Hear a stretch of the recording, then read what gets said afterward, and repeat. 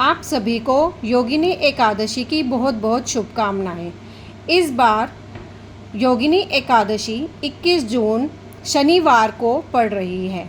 योगिनी एकादशी का व्रत रखने से व्यक्ति को रोगों से मुक्ति मिलती है। साथ ही योगिनी एकादशी का व्रत करने से व्यक्ति को 88,000 ब्राह्मणों को भोजन कराने के बराबर पुण्य मिलता है। साथ ही व्यक्ति के सभी पाप मिट जाते हैं। योगिनी एकादशी के दिन विष्णु पुराण में वर्णित इस कथा का पाठ जरूर करना चाहिए। योगिनी एकादशी व्रत कथा। युधिष्ठिर ने पूछा, वासुदेव, आषाढ़ मास के कृष्ण पक्ष की जो एकादशी है उसका नाम क्या है? कृपया उसका वर्णन कीजिए। भगवान श्री कृष्ण बोले, नृप श्रेष्ठ, आषाढ़ कृष्ण पक्ष की एकादशी का नाम योगिनी है। यह बड़े बड़े पापों का नाश करने वाली है। संसार सागर में डूबे हुए प्राणियों के लिए यह सनातन नौका के समान है। तीनों लोक में यह सारभूत व्रत है। अलकापुरी में राजाधिराज कुबेर रहते हैं। वे सदा भगवान शिव की भक्ति में तत्पर रहने वाले हैं। उनके हेममाली नाम वाला एक यक्ष सेवक था जो पूजा के लिए फूल लाया करता था। हेममाली की पत्नी बड़ी सुंदरी थी। उसका नाम विशालाक्षी था। वह यक्ष कामपाश में आबद्ध होकर सदा अपनी पत्नी में आसक्त रहता था। एक दिन की बात है, हेममाली मानसरोवर से फूल लाकर अपने घर में ही ठहर गया और पलिके प्रेम का रस स्वादन करने लगा। अतः कुबेर के भवन में ना जा सका। इधर कुबेर मंदिर में बैठकर शिवजी का पूजन कर रहे थे। उन्होंने दोपहर तक फूल आने की प्रतीक्षा की। जब पूजा का समय व्यतीत हो गया तो यक्षराज ने कुपित होकर सेवकों से पूछा, यक्षो, दुरात्मा हेममाली क्यों नहीं आ रहा है? इस बात का पता तो लगाओ। यक्ष ने कहा, राजन, वह तो अपनी पत्नी की कामना में आसक्त हो अपनी इच्छा के अनुसार घर में ही रमण कर रहा है। कुबेर ने तुरंत ही अपने सेवकों को भेजकर उस हेममाली को अपने समक्ष बुलवाया। हेममाली भय से आकुल होकर तुरंत ही कुबेर महाराज के सामने उपस्थित हो गया। उसे देखकर कुबेर की आंखें क्रोध से लाल हो गई। वे बोले, ओ पापी, ओ दुष्ट, ओ दुराचारी, तूने भगवान की अवहेलना की है। अतः कोढ़ से युक्त और अपनी उस प्रियतमा से वियुक्त होकर इस स्थान से भ्रष्ट होकर अन्यत्र चला जा। कुबेर के ऐसा कहने पर वह उस स्थान से नीचे गिर गया। उस समय उसके हृदय में महान दुख हो रहा था। कोढ़ों से सारा शरीर पीड़ित था, परंतु शिव पूजा के प्रभाव से उसकी स्मरण शक्ति लुप्त नहीं होती थी। पातक से दबा होने पर भी वह अपने पूर्व कर्म को याद करता था।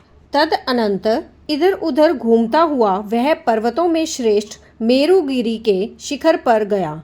वहाँ उसे तपस्या के पुंज मुनिवर मार्कंडेय जी का दर्शन हुआ। पाप कर्मा यक्ष से दूर से ही मुनि के चरणों में प्रणाम किया। मुनिवर ने उसे भय से कांपते देख परोपकार की इच्छा से निकट बुलाकर कहा, तुझे कोढ़ के रोग ने कैसे दबा लिया? तू क्यों इतना अधिक निंदनीय जान पड़ता है? यक्ष बोला, मैं महाराज कुबेर का अनुचर हूँ। प्रतिदिन भगवान शिवजी की पूजा के लिए मानसरोवर से कमल पुष्प लाकर कुबेर के भवन में पहुँचाना मेरा कर्म था।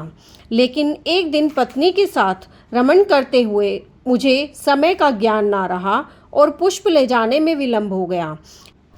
इससे कुबेर महाराज ने क्रोधित होकर श्राप दे दिया और मैं कोढ़ से पीड़ित पत्नी के वियोग से दुखी होकर दर दर भटक रहा हूँ।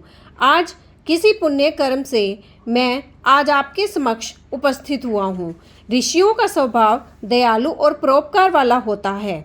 सो हे महात्मन, आप ही मुझ अभागे को कर्तव्य का बोध कराते हुए पाप से मुक्ति का कोई उपाय बताएं।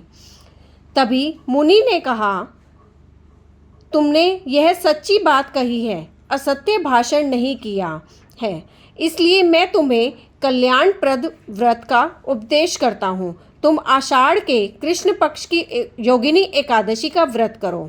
इस व्रत के पुण्य से तुम्हारी कोढ़ निश्चय ही दूर हो जाएगी।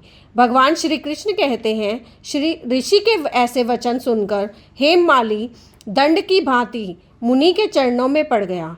मुनि ने उसे उठाया, इससे उसको बड़ा हर्ष हुआ।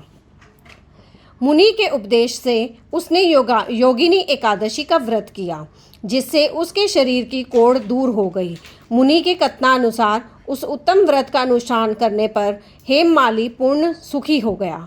नृप श्रेष्ठ, यह योगिनी का व्रत ऐसा ही बताया गया है, जो 88,000 ब्राह्मणों को भोजन कराता है, उसके समान ही फल उस मनुष्य को भी मिलता है जो योगिनी एकादशी का व्रत करता है।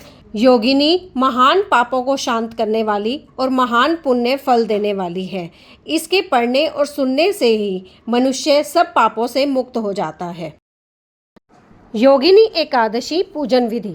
प्रातः स्नान करने के बाद व्रत का संकल्प लें। उसके बाद कलश का स्थापना करें।